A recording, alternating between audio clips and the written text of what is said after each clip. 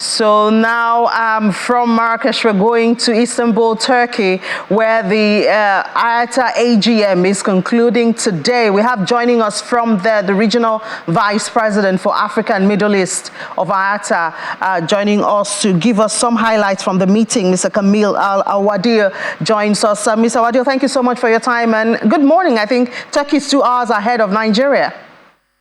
Yeah, it's just turned afternoon here in Turkey, and it's been already a very, very busy morning, and things are looking good. Great. So I think the meeting is concluded now. Could you give us some highlights from the AGM? We know, of course, top on the list is the issue of blocked funds, which Nigeria is highly involved. But let's get some other highlights, and then we'll go back to that trapped funds. So in general, we reported to the member airlines and pretty much the globe how well the aviation industry recovered this year globally. We're expecting it to turn positive by the end of this year. Of course, then we broke it down into regions. Africa, unfortunately, is lagging behind, and we expect Africa to break into a profit by the end of 2024. But overall, passenger numbers are really good. Cargo numbers are really good, and the airlines are performing really well. We do have some obstacles, which is the issues between Russia and Ukraine. We have the still relatively high price of oil and the capacity issues with some of the airports in Europe.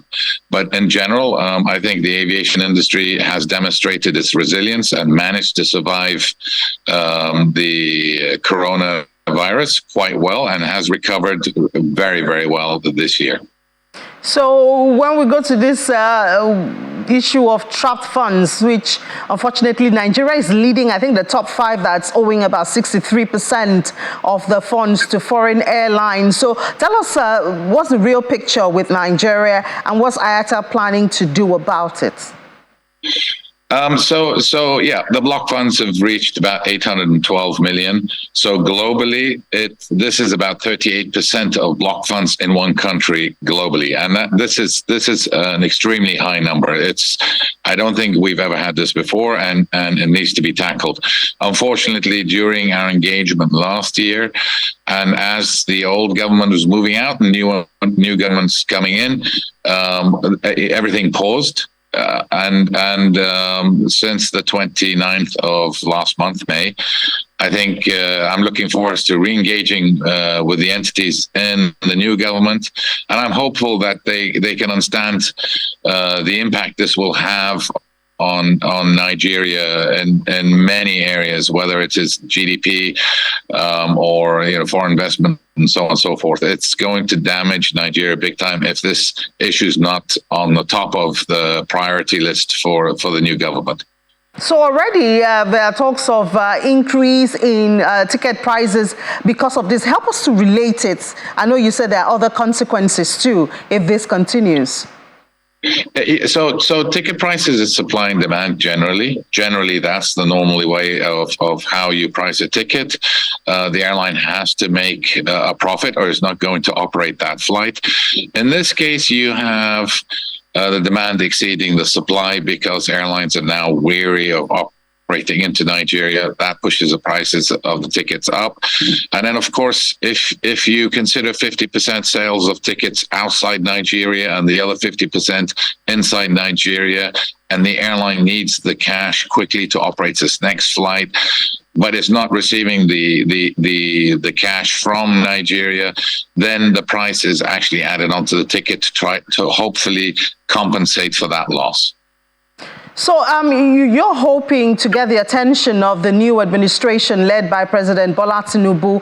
What exactly are you hoping for? Because I do know that about a month ago, there was the issue of FX supply is a challenge in the country, and that's obviously why we have this and having this conversation. And then there was now a rate that was called IATA rate that was created to make it easy. So what would be some of your requests? Would it also have to do with the rates, or you just want, these funds to be released? Yeah, it's so this is a misconception, and I don't know how it was created, but we operate in 193 countries, right? So this IATA rate appeared a couple of months ago, I think, in Nigeria. We don't have a rate. We never have a rate. What we do is usually revert to the central bank of each country for them to provide us the rate. We have nothing to do with it at all. I'm not sure what triggered it off in Nigeria. Our hope is that we can engage with the government, come up with a solution that is comfortable for both parties, and start paying off the backlog of $812 million. Okay, it can't remain as is, and it should not get worse than it is right now. We need to engage and find a permanent solution for this. You mentioned that FX is an issue for Nigeria.